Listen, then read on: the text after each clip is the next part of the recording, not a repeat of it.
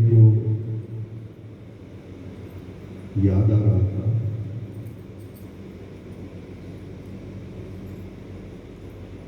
शिविर का पहला दिन।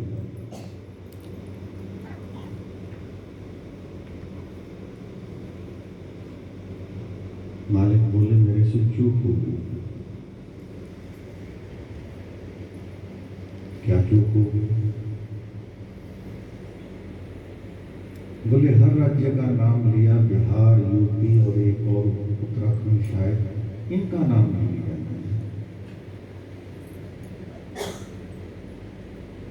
और मैं उस चूक को सुधारता हूं।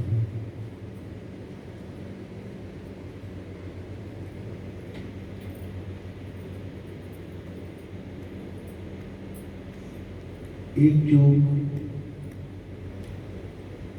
मैं अपने आप से भी मानता हूं, नाम हम दोनों का आ रहा है।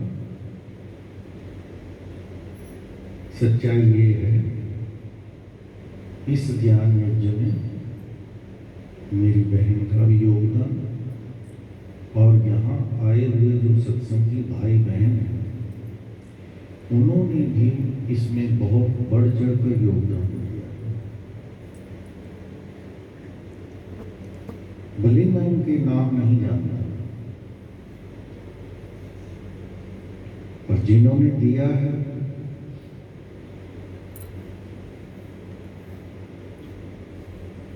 अब दिया से ये अर्थ बिल्कुल मत लगा लेना कि कई बार होता है दिया में केवल प्राथमिकता धन की आ जाती है। ऐसा नहीं, धन एक है उसमें से। जो भी यहाँ आया है उसने कुछ ना कुछ इस यज्ञ में दिया है।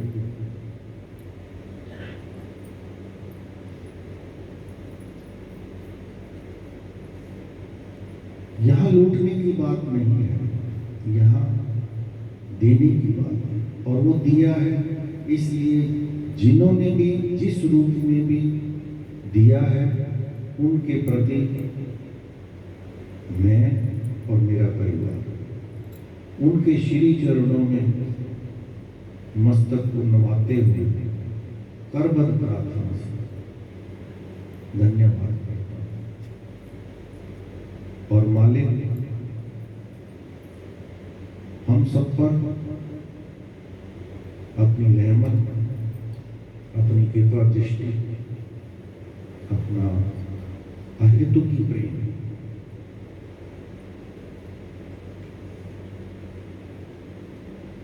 बरसाते रहे हैं और रहेंगे और रहते हैं, तीनों में। इसमें कोई शक की गुंजाइश नहीं। ये बरसता रहेगा, बस भीगने को तैयार हो जाओ। मामला भीगने का है। जो जितना भीग पाएगा अंदर से उतना उसको आनंद आता जाएगा।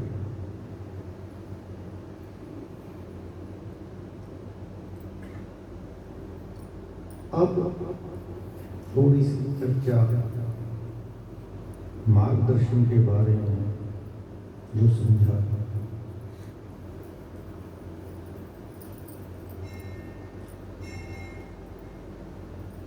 जीवन क्या है, ये सवाल है। क्या वास्तव में सही जीवन जिया जा रहा है? अगर सही जिया जा रहा है तो बहुत अच्छी बात है, और अगर नहीं जिया जा रहा है तो फिर जो मार्गदर्शन दिया जा रहा है उसे हम अपने चित्त के पेटी में उसको संभाल के, चित्त में बहुत कुछ होता है।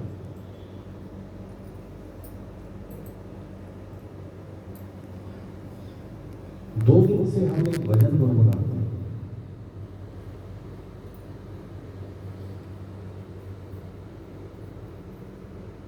आइए उसी को एक बार दोबारा गुनगुनाते हैं, और जो मालिक ने मार्गदर्शन दिया है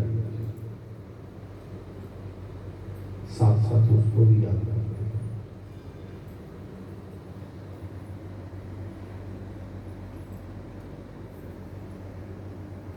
जितना याद रह जाए। अगर आज के प्रवचन में कहूं तो बहुत सारे विषयों को मालिक ने छेड़ा, बहुत सारे। जीवन के 4 आश्रम, तो जो जिस आश्रम में है वो उस तरह की बात को जीवन में धारण कर सकता है। तो ब्रह्मचार्य आश्रम में है तो वो ब्रह्मचार्य आश्रम की बातों को अपने जीवन में लाए। जो गृहस्थ आश्रम में है वो गृहस्थ आश्रम की बातों को पकड़े। जो वानप्रस्थ आश्रम में वो वानप्रस्थ आश्रम की बातों को पकड़े, और जो संन्यास आश्रम में वो संन्यास आश्रम की बातों को पकड़े। है सबके लिए। मैंने कहा ना, बहुत विषयों को टच किया।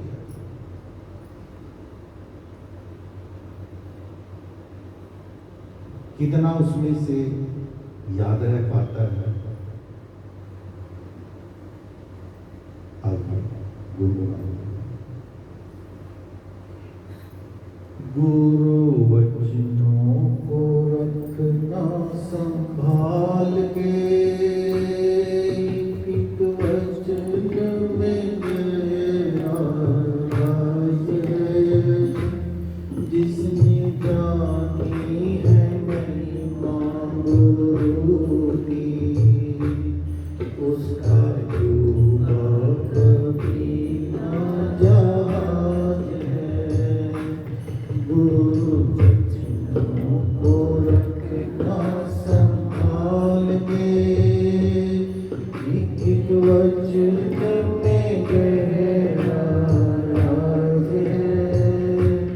जिसने जानी है महिमा गुरु की, उसका डूबा कभी ना जहाज है। उसका डूबा कभी ना जहाज है। गुरु वचनों को रखना संभाल। कहाँ रखेंगे संभाल? धन दौलत को तो तिजोरियों में रखते हैं, तो गुरु वचनों को कहाँ रखेंगे? गुरु वचनों को उस चित्त में या हृदय में धारण करना।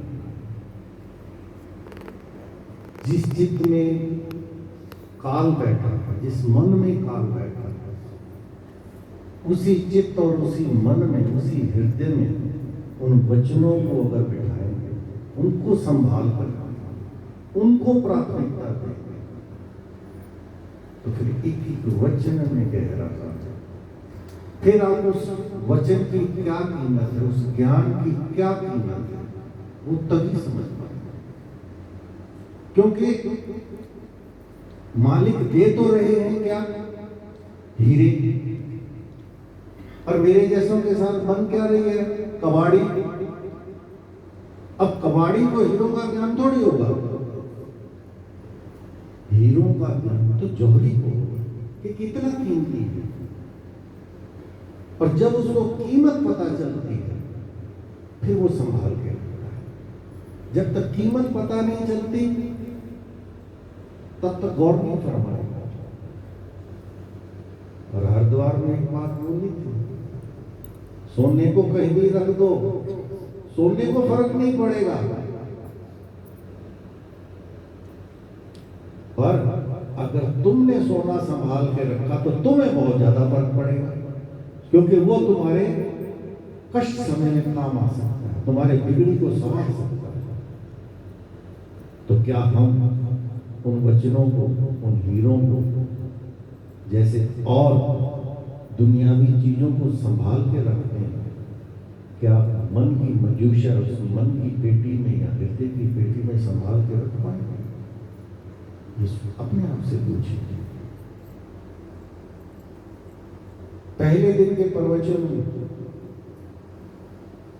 और आज के प्रवचन, जिस बात पे जोर दिया गया वो इस भजन में भी आती है।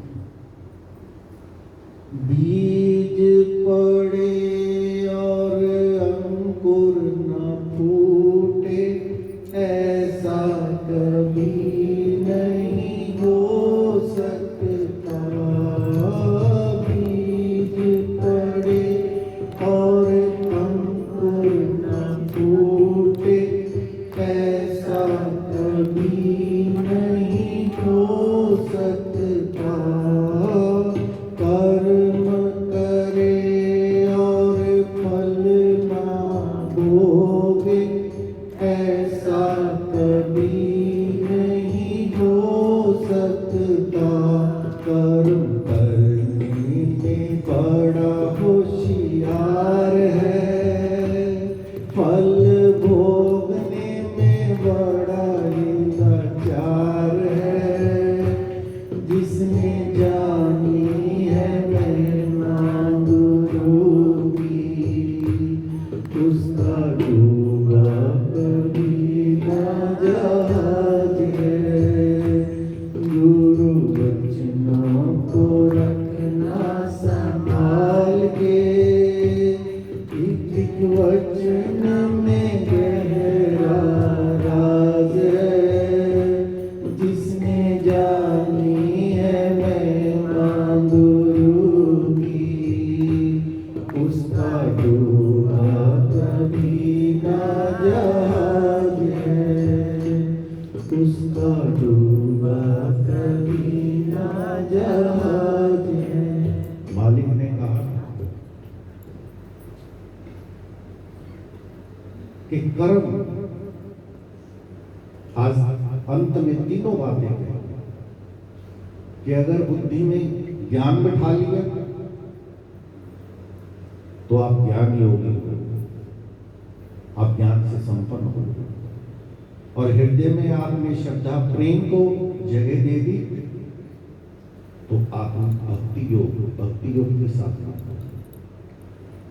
और अगर बताए हुए क्या करना है क्या नहीं करना है उसको जीवन में उतार लेगा तो आप कर्म योग हो। कर्म करे बिना तो रहा नहीं जा सकता, कुछ ना कुछ तो करना ही पड़ेगा। प्रकृति का नियम है कि वो हमें बाध्य करती है कि कुछ कर, जो जिस क्षेत्र में वो वैसा ही करे। जिसका जैसा, गृहिणी है वो गृहिणी के काम करेगी, नौकरी वाले नौकरी के काम करेंगे, बिजनेस वाले बिजनेस के काम करेंगे, डॉक्टर का काम करेंगे, करना तो पड़ेगा। तो जो जहां है उस वर्तमान से मालिक ने कहा था आपका भूत भी और भविष्य भी दोनों ही सुंदर बन सकते हैं।